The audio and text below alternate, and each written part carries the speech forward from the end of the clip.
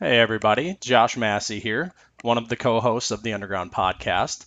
I'm coming to you today with my audition video for the National and World tournaments this year. I can't even begin to describe how exciting it would be to be able to be a part of those large tournaments, more so than what I've already been able to do.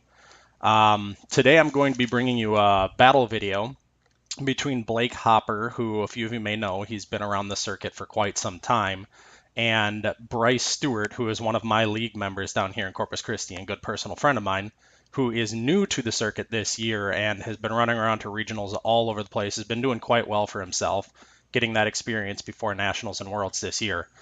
So we're going to move on to the video.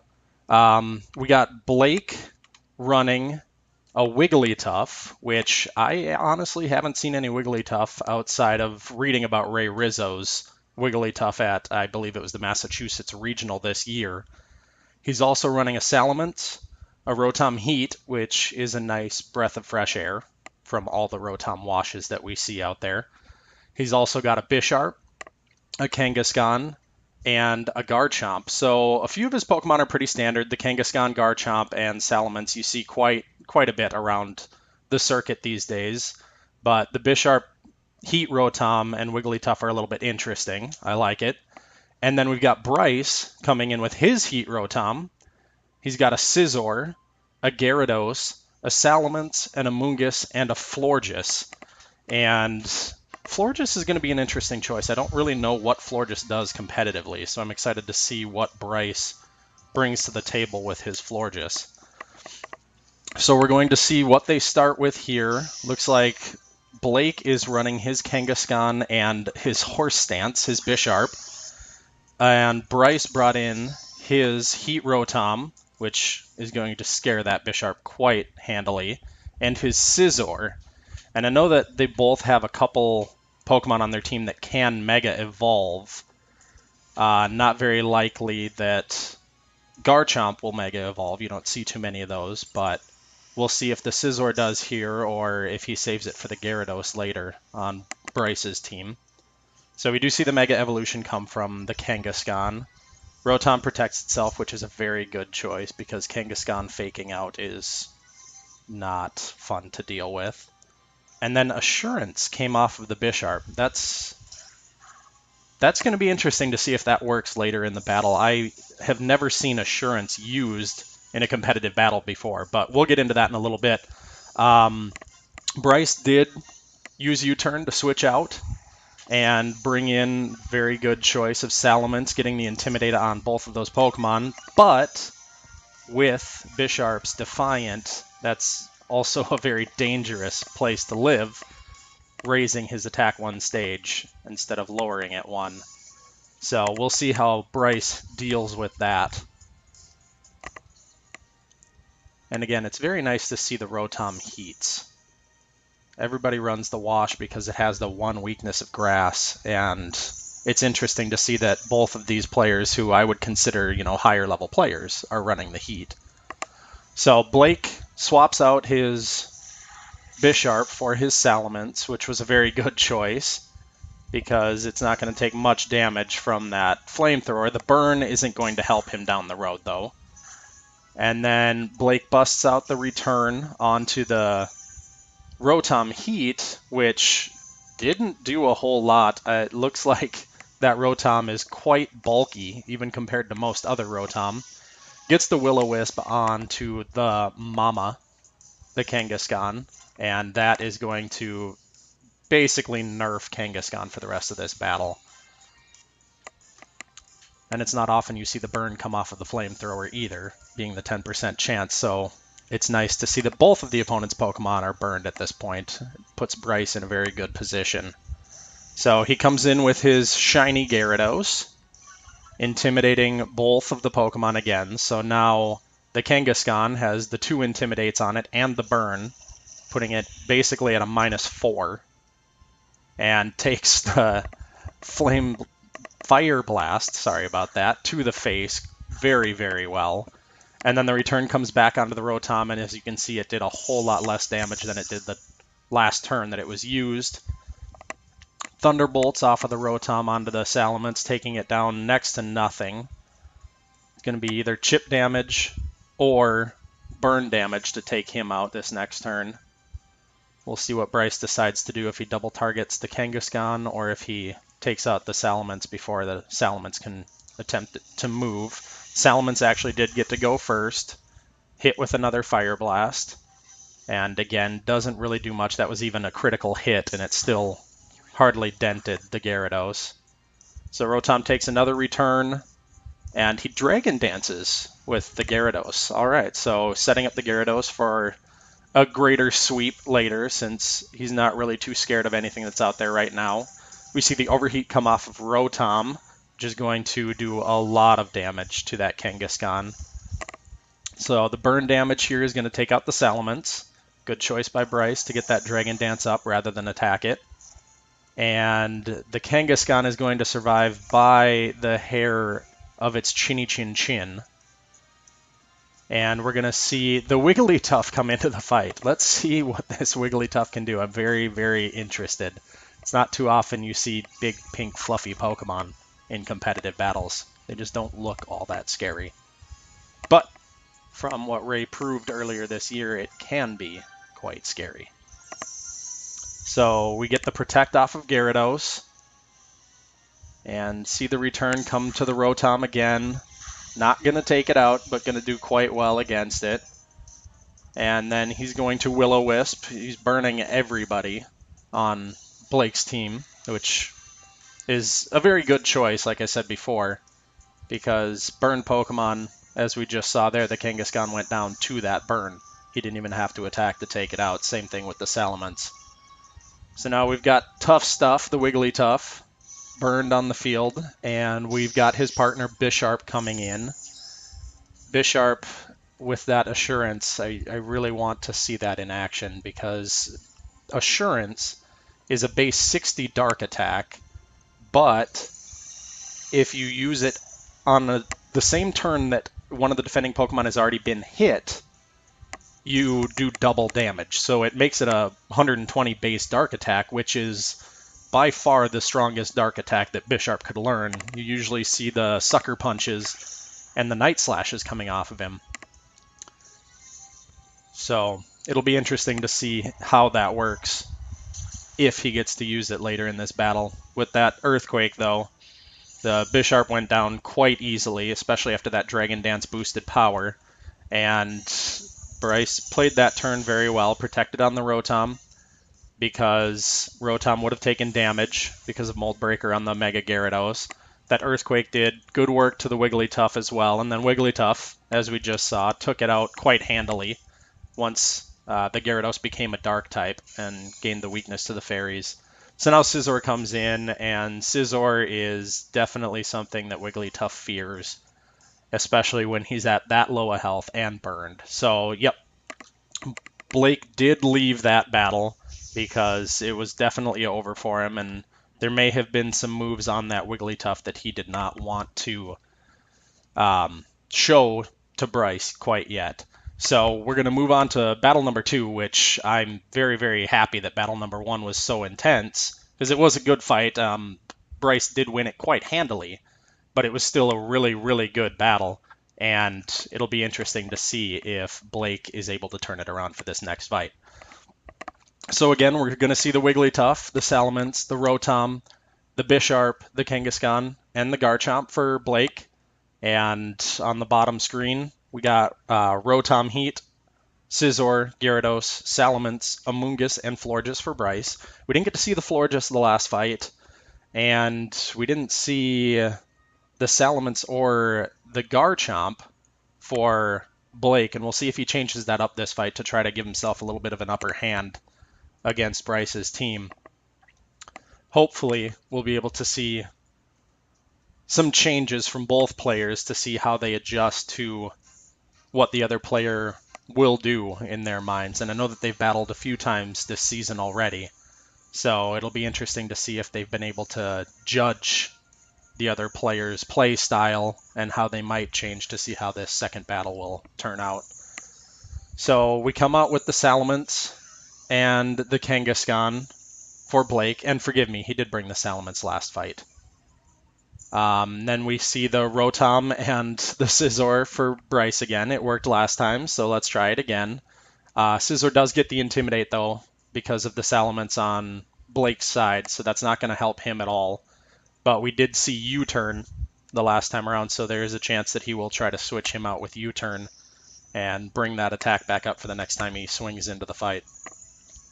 So we see Blake switch out his Salamence for his Bisharp, and then Bryce follows suit, switching into his Gyarados, which was terrible timing for Bryce, because now that Bisharp is going to take the Intimidate, but then raise his attack by 2 stages because of Defiant, as we saw in the last fight, and now be at a +1.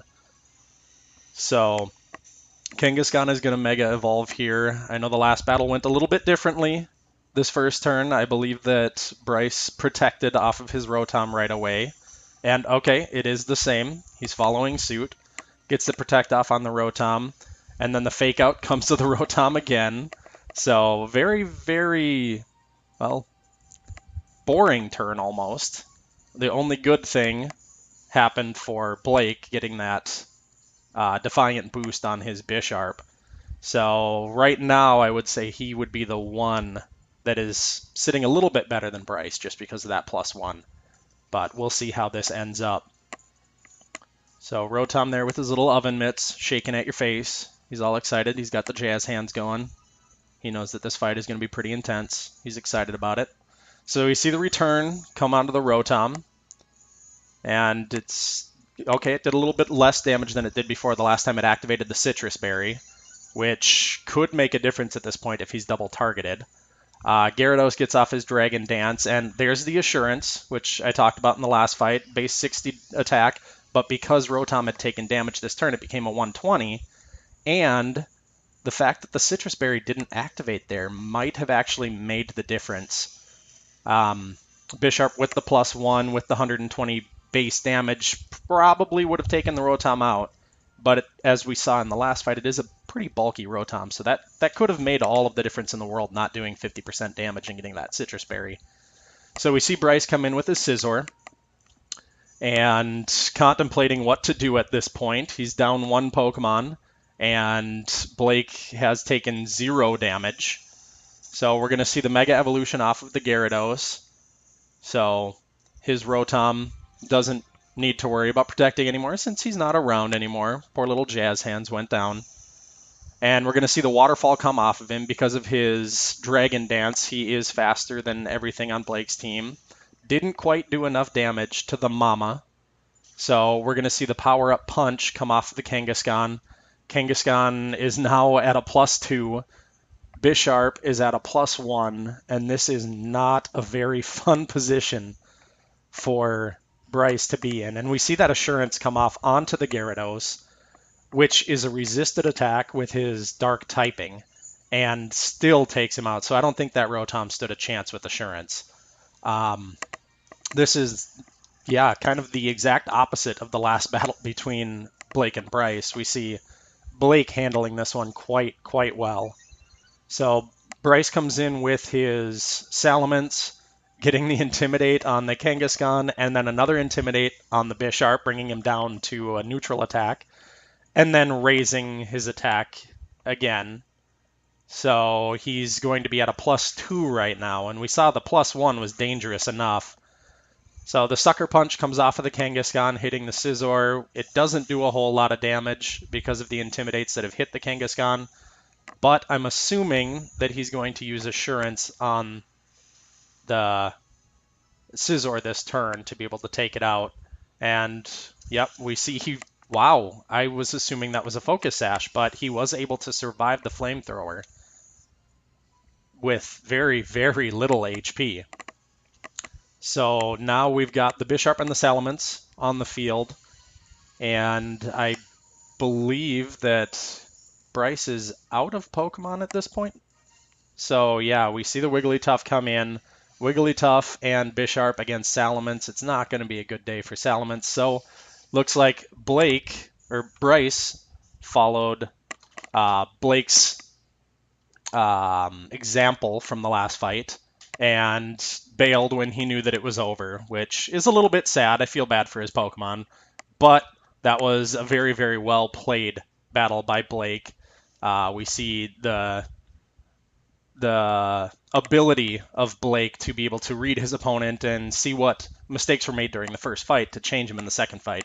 And now we'll see if Bryce can do the same for the third fight and change things up a little bit, bring in his big guns, and see if he can take out Blake.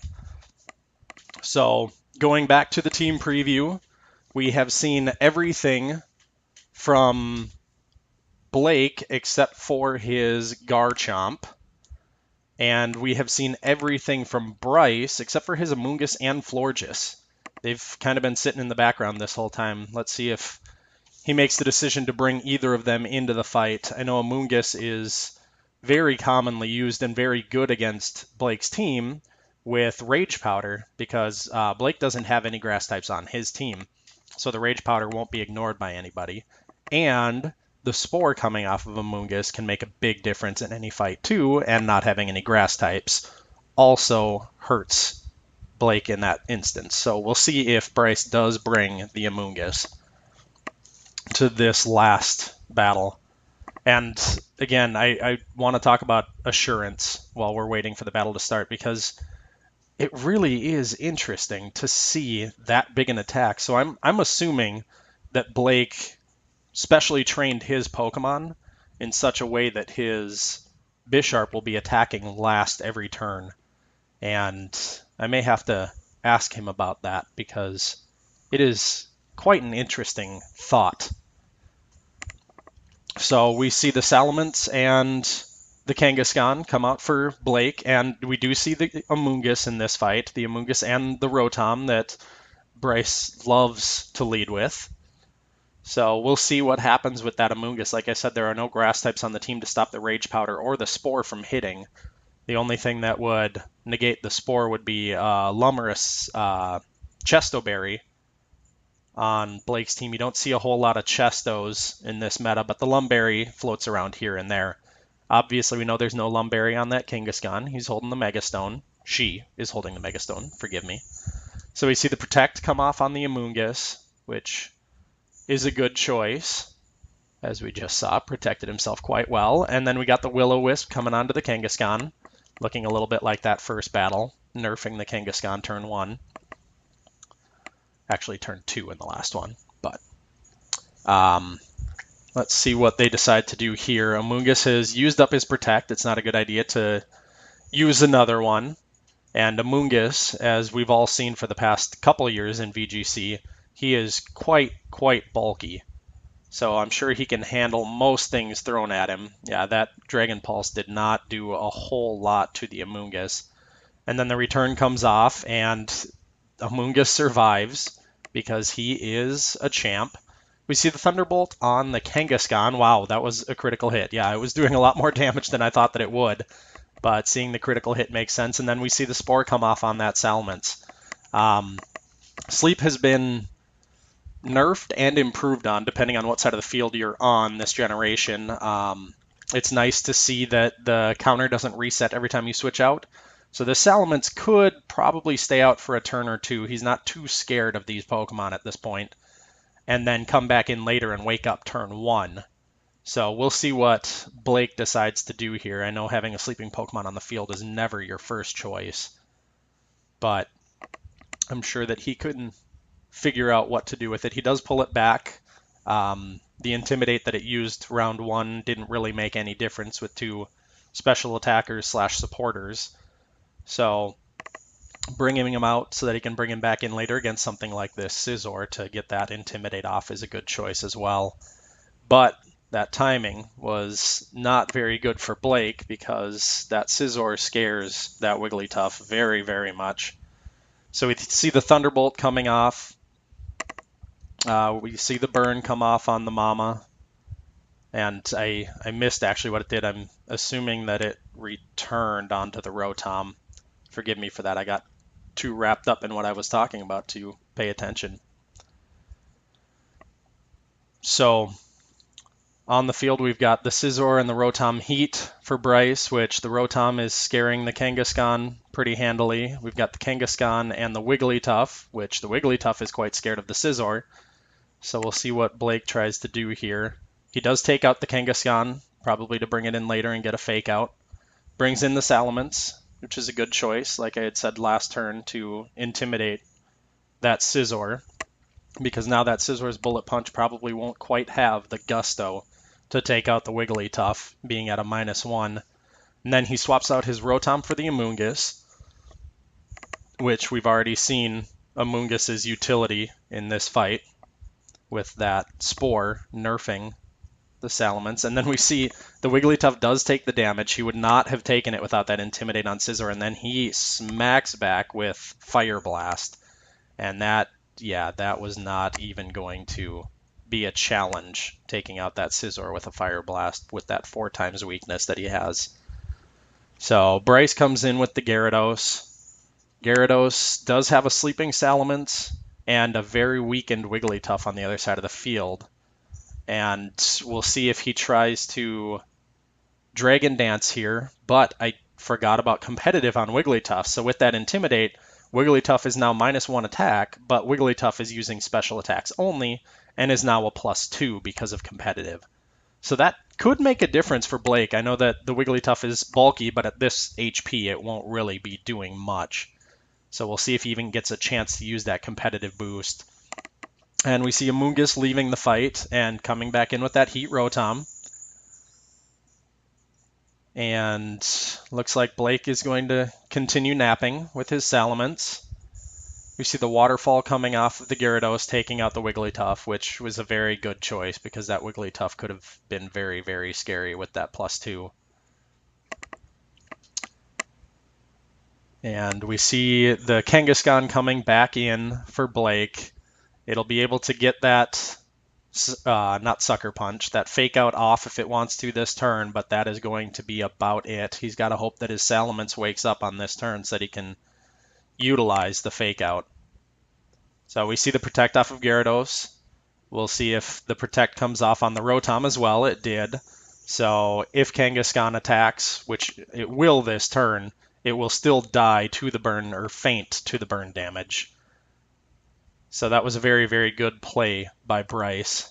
Now Blake is down to his last 2 Pokemon, which we have seen the Salamence, the Sleeping Salamence, through the entire fight, and now we got the Horse Dance, which already having the intimidating Gyarados on the field is not going to necessarily help him too terribly much. But we still know that Bisharp has a very solid attack stat without the boost from Defiant. So we'll see if he can turn this around, and the Salamence is still asleep. That is probably max turn of sleep, if not close. It's definitely pushing the max counter for being asleep. So we see the Dragon Dance, and then we see the attack on the Rotom. The Rotom handles it quite well and gets that Citrus Berry, bringing his health back up a quarter. And then we see the Overheat, which is going to not be a good position for the Horse Dance to be in.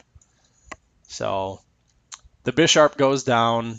The Rotom Heat takes the -2 to his special attack, which doesn't really matter at this point against the Sleeping Salamence, and the fact that Bryce still has 3 Pokemon that he can switch into and out of. So it's Salamence versus the world right now, Sleeping Salamence versus the world. And I have a feeling it's not going to bode very well for Blake. So we see the Mega Evolution from the Gyarados. We see the Amoonguss coming into the fight. Amoonguss is just going to scare that Salamence with another Spore if he does wake up. And, oh, he did wake up here. Gets the Draco Meteor. And I'm sure it's going to do good work to that Gyarados, but with the extra bulk that it receives from Mega Evolving, it's going to handle it quite well. So now there's a -2 Salamence on the field, and that looks like game to me, unless he can critical hit everything in the face and just make Bryce cry. I don't think that this fight is going to end Blake's way. And, yep, Blake knew that it wasn't going to happen, so he did end up forfeiting the match. That was incredibly intense. I've seen some really, really close fights in my day. That was definitely one of the better ones. It was very interesting to see how Bryce was so on top of it the first fight, and then the exact opposite the second fight. Blake came back and understood exactly what Bryce was doing and was able to change his team up. And then Bryce, for the third battle, knowing that he had to win this one, ended up bringing that Amoonguss, which changed the fight because that Sleeping Garrett, or Salamence, sorry, was definitely a game changer and ruined everything that Blake could have done in that fight, especially with that max sleep counter. So thank you for watching. I hope you enjoyed it, and hopefully I'll be back with some commentary down the road here.